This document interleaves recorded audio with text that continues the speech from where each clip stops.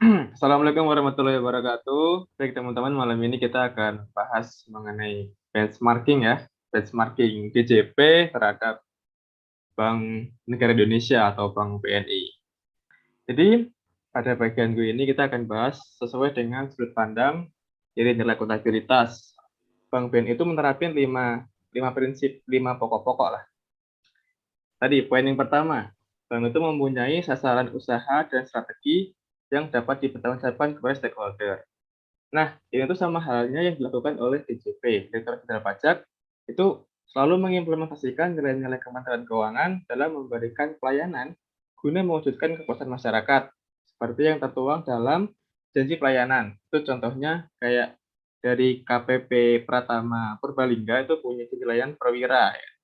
Terus kemudian Bank BNI itu menerapkan checks and balance sistem dalam pengelolaan banknya.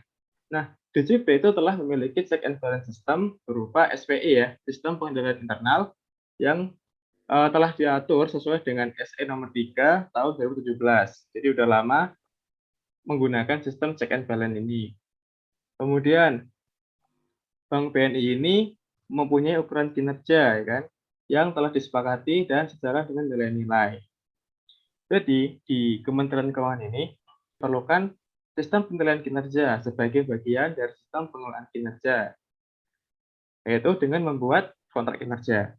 Nah, udah dari tahun 2007, Kementerian Keuangan itu udah menetapkan penggunaan metode BSC dalam pengelolaan kinerja, yang memiliki tujuan agar kinerja menjadi terukur dan terarah yang telah disepakati dan sejalan dengan nilai-nilai Kementerian Keuangan. Selanjutnya, yaitu di Bank BNI itu memiliki reward and punishment system. Nah, jadi di Kementerian Keuangan itu dalam upaya meningkatkan kinerja pegawainya, selain memberikan gaji kepada pegawainya tiap bulan, Kementerian Keuangan juga memberikan tunjangan kinerja atau tukin ya. Nah, pemberian tunjangan ini tuh udah diatur sejak dulu melalui keputusan Presiden nomor 15 tahun 1971. Diterapkan juga punishment atau hukuman bagi pegawai di lingkungan Kementerian Keuangan yang didasarkan atas peraturan pemerintah Republik Indonesia nomor 53 tahun 2010 sipil yang berupa hukuman disiplin ringan, sedang, sampai ke berat. Kemudian yang terakhir itu adalah kompetensi sesuai dengan tanggung jawabnya. Nilai, seperti halnya nilai Kementerian Keuangan yang kedua, yaitu profesionalisme di DJP ya. Jadi seluruh pegawai di Direktorat Jenderal Pajak itu merupakan pegawai yang memiliki ilmu dan pengetahuan yang baik mengenai bidangnya. Kemudian pegawainya bekerja dengan hati, serta segala proses pemeriksaan terhadap wajib pajak telah dilakukan sesuai dengan tata cara yang berlaku. Dari segi nasionalisme, sebagai bentuk nasionalisme, BNI memiliki beberapa program Corporate Social Responsibility atau yang biasa disebut CSR. Program CSR ini berupa BNI Berbagi. BNI Berbagi juga diperluas menjadi beberapa program seperti BNI Kesehatan, BNI Berbagai Kebersamaan, BNI Berbagi Sosial, BNI Berbagi Pendidikan, dan BNI Go Green. Sedangkan di DJP, setahu saya memiliki program Business Development Service. Berdasarkan informasi tersebut yang saya jelaskan, BNI memiliki banyak program-program yang dinilai membantu masyarakat serta mendukung program-program pembangunan pemerintah.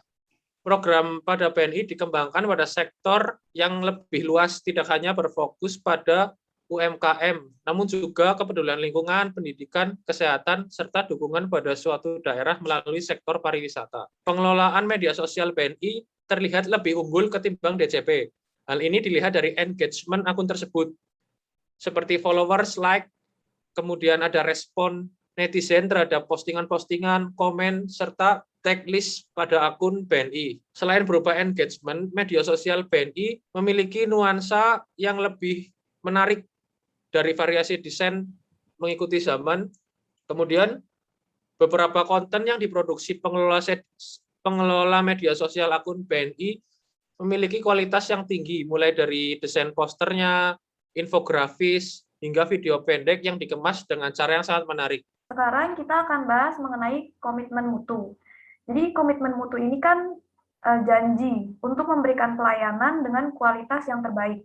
Untuk benchmarknya dilihat dari lokasi aplikasi online, pelayanan tatap muka, dan penghargaan. Jadi kalau dilihat dari lokasinya, DJP ini lebih unggul dari BNI karena memiliki unit vertikal yang tersebar di seluruh Indonesia hingga ke pelosok negeri. Sedangkan Bank BNI ini sebenarnya udah tersebar juga ke seluruh Indonesia, tapi di beberapa daerah terpencil itu belum ada kantor cabang BNI. Sedangkan dari sistem daring, BNI ini punya aplikasi online. Kalau untuk aplikasi online ini, Bank BNI ini lebih unggul menurut ulasan di Google dan penelusuran yang udah dilakukan. Bank BNI ini aplikasi-aplikasinya tuh jarang banget atau hampir tidak pernah mengalami error. Kalaupun error, mereka bisa langsung menghubungi call center dan langsung ditangani.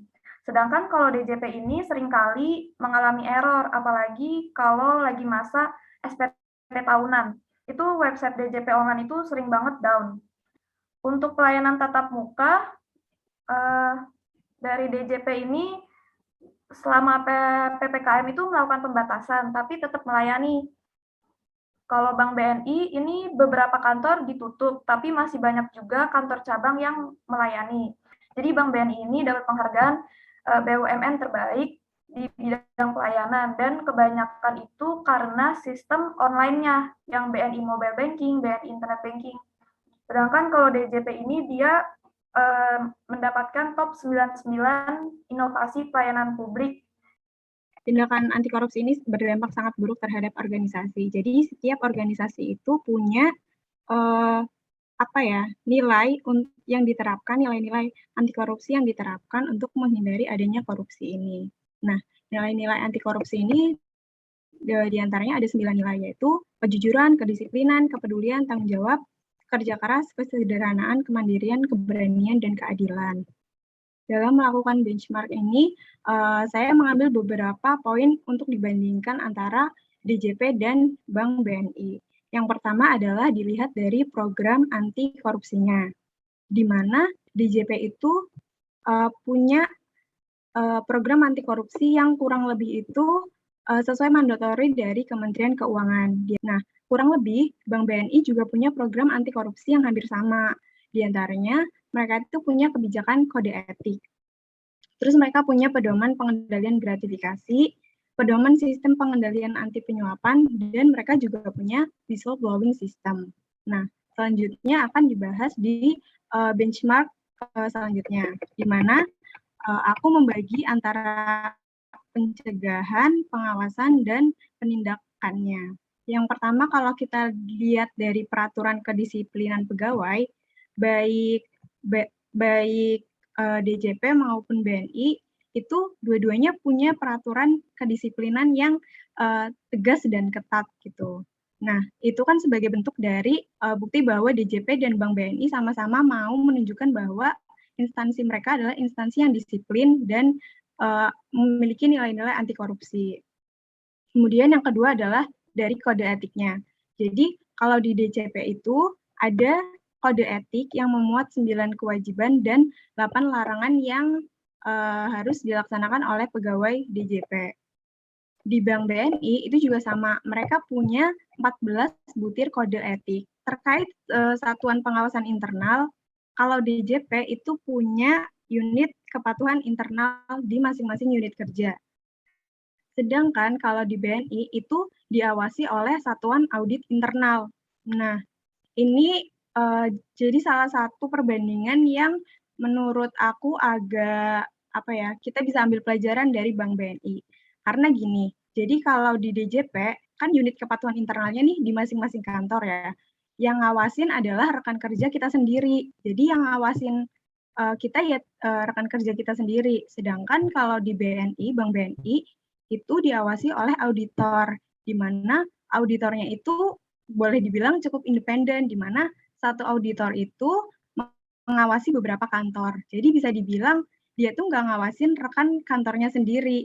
Nah, kalau kita lihat dari sini kan berarti yang DJP itu bisa subjektivitas kan kita dalam menilai teman kita sendiri. Terkait pengaduan pelanggaran, kita sama-sama punya whistleblowing system. Cuma kalau whistleblowing sistemnya DJP itu ngikut sama Kemenq. Jadi kita bisa lewat aplikasi whistleblowing sistemnya Kemenq atau kita bisa lewat email pengaduan@pajak.go.id ataupun kita telepon kering pajak. Sedangkan kalau di BNI itu kita bisa lapor lewat website atau surat atau email atau telepon, SMS, WhatsApp. Baik DJP maupun BNI itu punya program pengendalian gratifikasi. Nah, kalau misalnya pengendalian gratifikasi, dua-duanya baik BNI maupun DJP itu udah bagus sosialisasiin ke pegawainya, di mana setiap kita dapat gratifikasi itu langsung dilaporkan. Kalau DJP itu ke goal.kpk.go.id, sedangkan BNI ke sistemnya mereka. Itu. Terus selanjutnya adalah pengawasan atas harta kekayaan pegawai. Nah, di sini DJP jauh lebih unggul karena DJP itu harta kekayaan setiap pegawainya itu dilaporkan melalui LHKPN, di mana itu adalah laporan harta kekayaan penyelenggara negara. Oke, terus untuk penindakannya, baik BNI maupun DJP itu sama-sama udah tegas sesuai dengan peraturan yang ada di masing-masing instansi.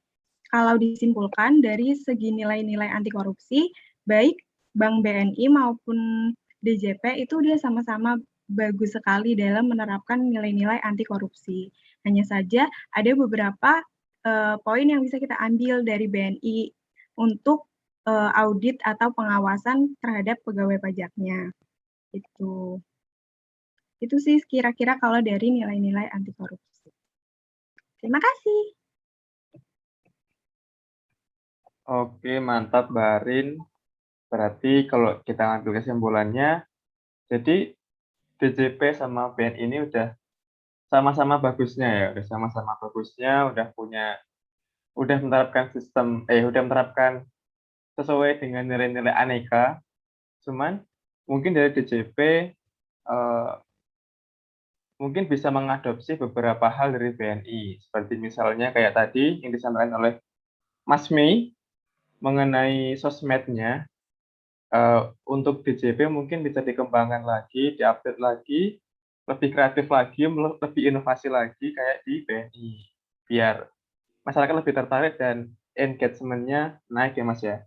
Kemudian untuk masalah aplikasi online-nya dan juga website-nya, dari DJP mungkin kedepannya bisa diperbaiki lagi seperti halnya di BNI yang lebih lebih menarik gitu ya, lebih stabil, nggak gampang down kayak di DJP. Kemudian untuk yang nilai anti korupsinya, mungkin di DJP bisa mengadopsi sistem SPI-nya ya, sistem pengendali internalnya ya, untuk agar tercipta suatu bentuk pengendalian yang objektif, nggak subjektif, seperti halnya DJP yang masih diawasin unit UKI-nya sendiri, yang kayak cuma temennya aja, jadi biar tercipta suatu bentuk pengendalian yang objektif gitu. Oke, mungkin itu ya kesimpulannya ya teman-teman.